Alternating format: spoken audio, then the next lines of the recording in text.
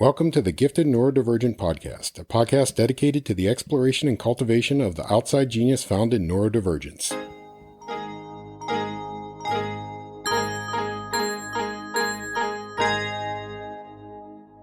Hello, everyone. Welcome to the Gifted Neurodivergent Podcast. This week, we're going to switch to a different theme. I am starting a Substack group for Foresight, and I want you to be a part of it. It's going to be pretty cheap. You'll have to pay $3 a month to get into it because I do need to screen and I will have to work on it, and I'll just need a little bit of money to be able to focus on it. Otherwise, it will fall apart. But I am going to help you see how your brain naturally has foresight. And I want to build a group that sees the change from the outside and becomes a leader in the way that we do change. I have been certified in Foresight. I went to the University of Houston. There's only a few places that offer Foresight degrees: Houston, Hawaii, and then there's one other place, and I forget what it is, but it may be not even stateside. And then there's only Houston that offers a certificate. I did not go for my degree in it because why bother? My brain already does this. And when I took the certificate to see if it was even worth it, I learned it wasn't, because I'm sitting in a class, and while the people in my class were nice, we were not seeing the world or the future in the same way. I've already talked about that, so I won't go into it again, but I would love to build a group of people who have the same skills, and maybe different skills, but the same ability levels as I do to see foresight.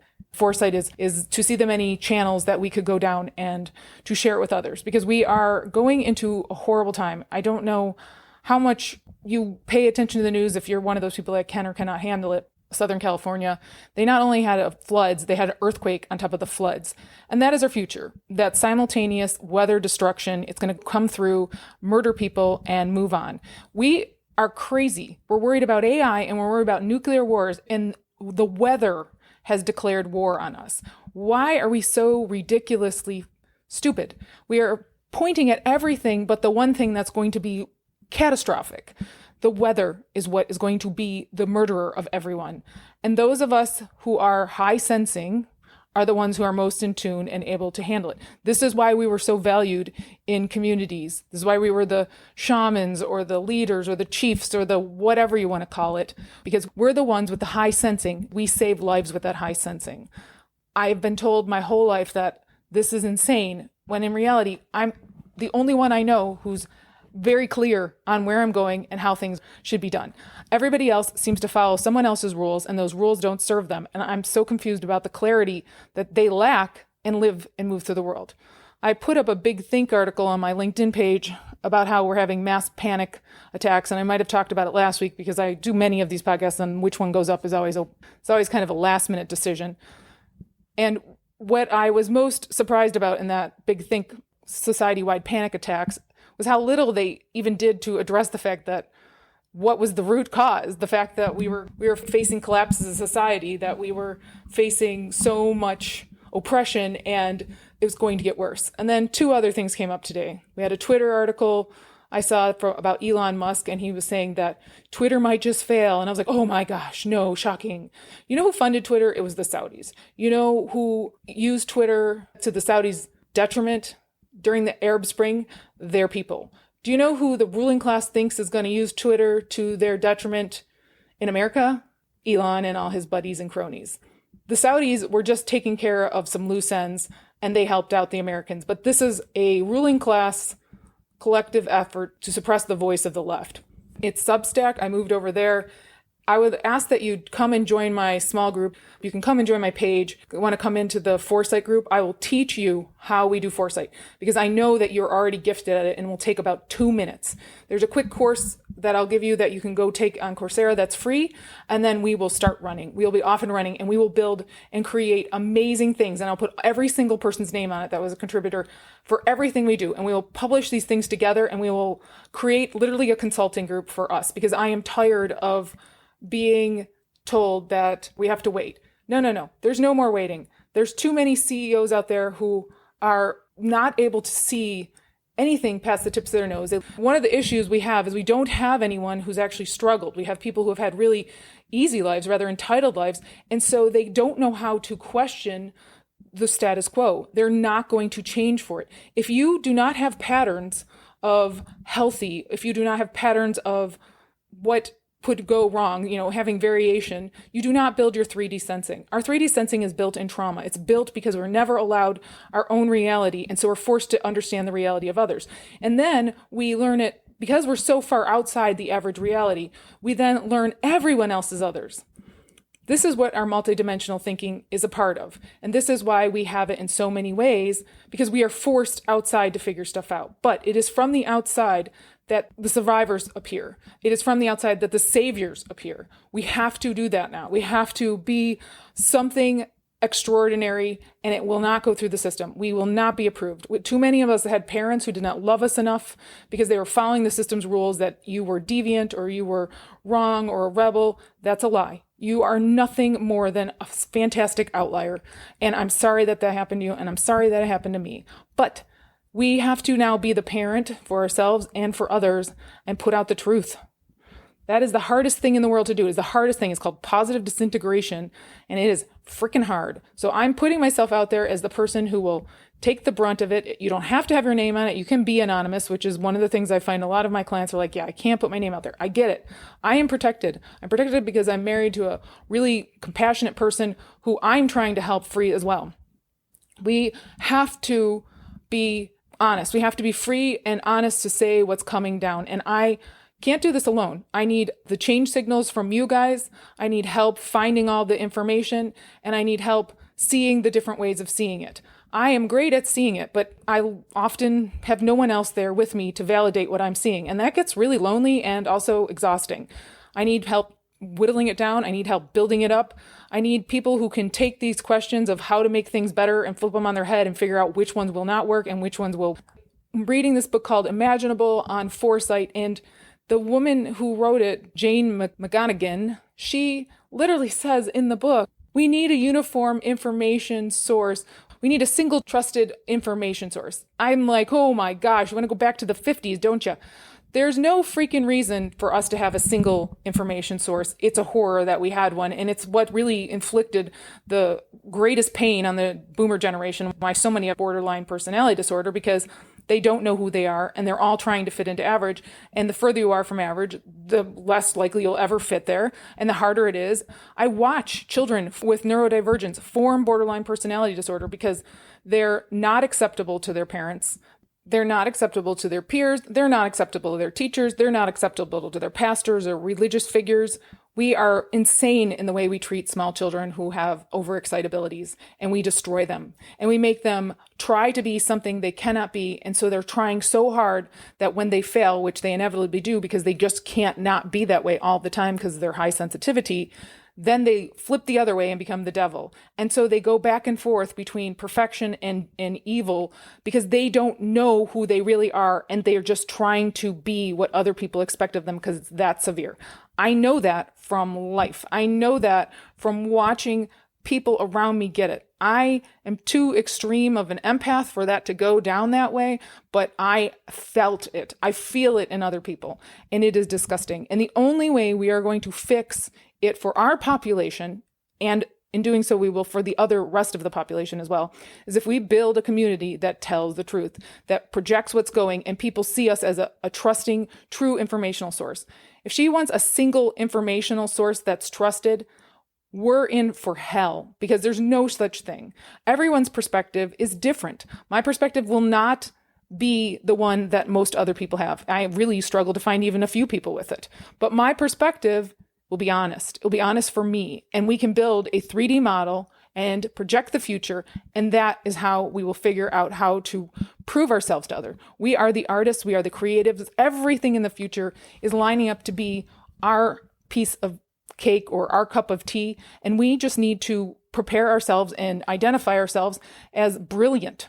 But there's nothing out there cultivating us. So this is what I can do. I can teach you foresight. I can help build a group that puts all of us on the map for being amazing at this. I don't see this as my thing to run with because I cannot work that many hours. I have too many other things going. I couldn't do this full time. We should not be working over 55 hours a week. We should not even be working over 30 hours a week. I have clients who work 80, 100 hours a week, don't know how they do it. They're exhausted and they want a way out, but they're going to die at that pace. We have studies that showed between 2000 and 2016 that found a 42% increase in death for those who are over 55 that worked 55 plus hour weeks.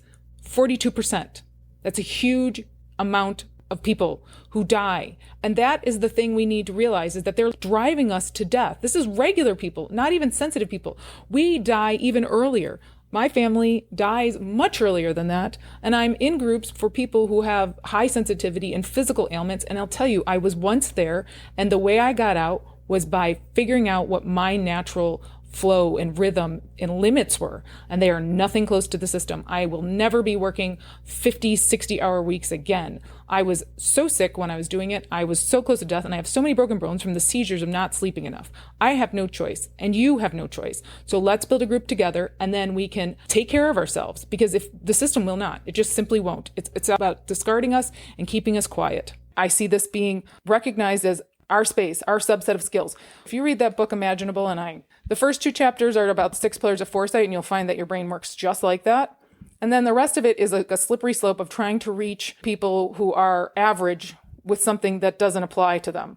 Average people do not want to know the future. They have been told their whole lives, you do this, and then this will follow, and this will. And so they're on a blind path that somebody else set up, and they don't know how to do their own path.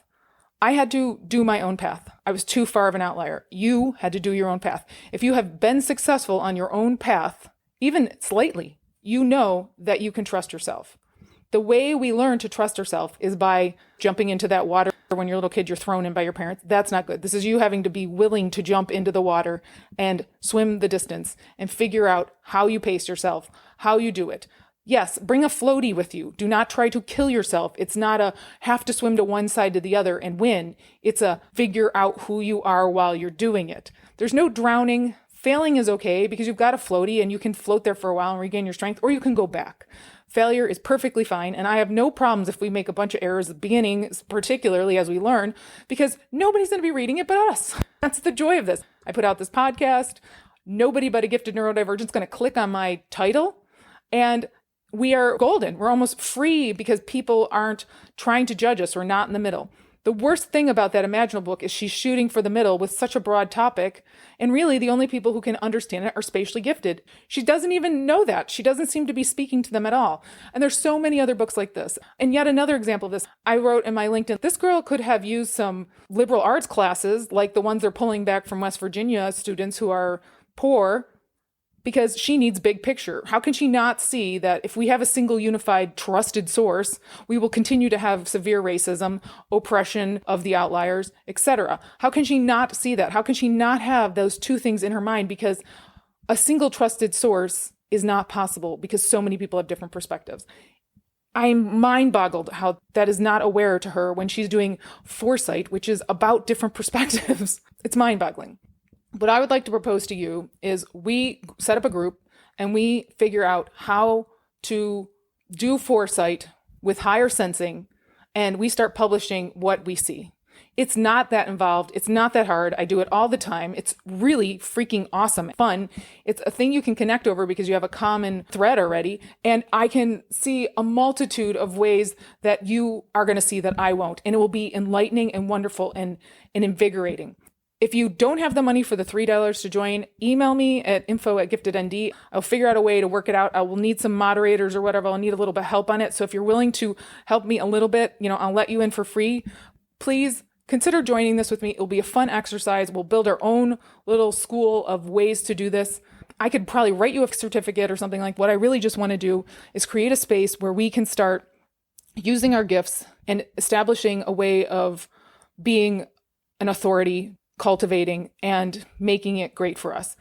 Everybody who goes through trauma is going to be neurodivergent. We have people joining our club all the time, unfortunately. And this helps you heal because it helps you use your high sensing, which is activated by your trauma, to live, to survive. This is like they talk about with the animals, where the animals go back to their group and they shake and they release all that endorphins, and their overexcitability sort of like cleanse the trauma through their system. This is essentially what we're going to create. We're going to create that where people can come and they can talk about the things that are coming and the trauma that will have and what their experience tells them they need to do next. And that gives you a space for it. It's no longer running through your body, just sitting there, not processed. You process it, it becomes intellectual.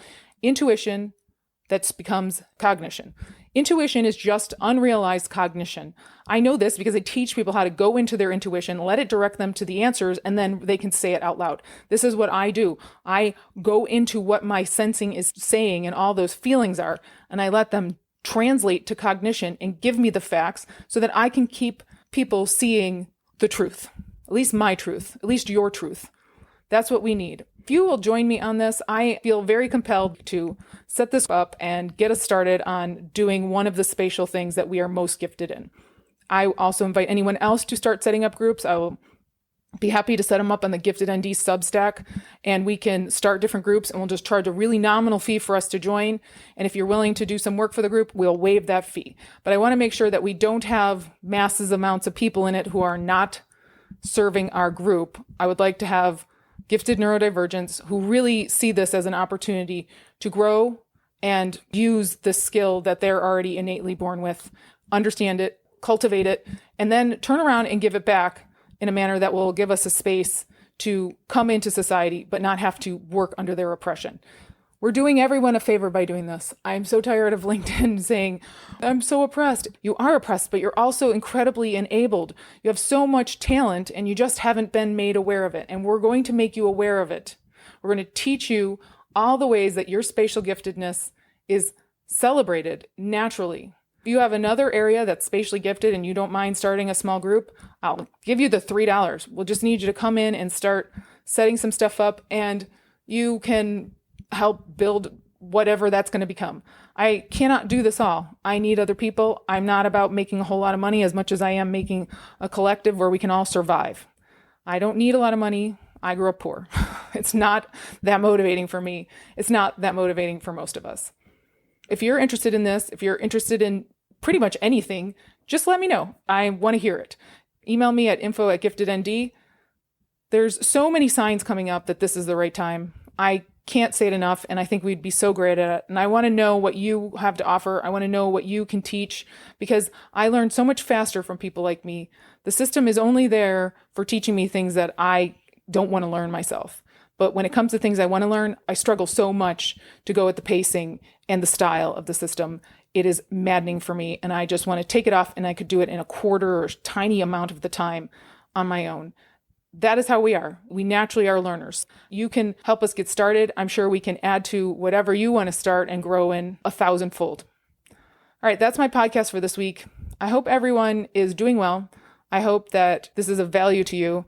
The views, information, and opinions expressed on this podcast are solely those of the individuals involved and do not necessarily represent Gifted NT Incorporated, Lillian Skinner, or the Gifted Neurodivergent podcast.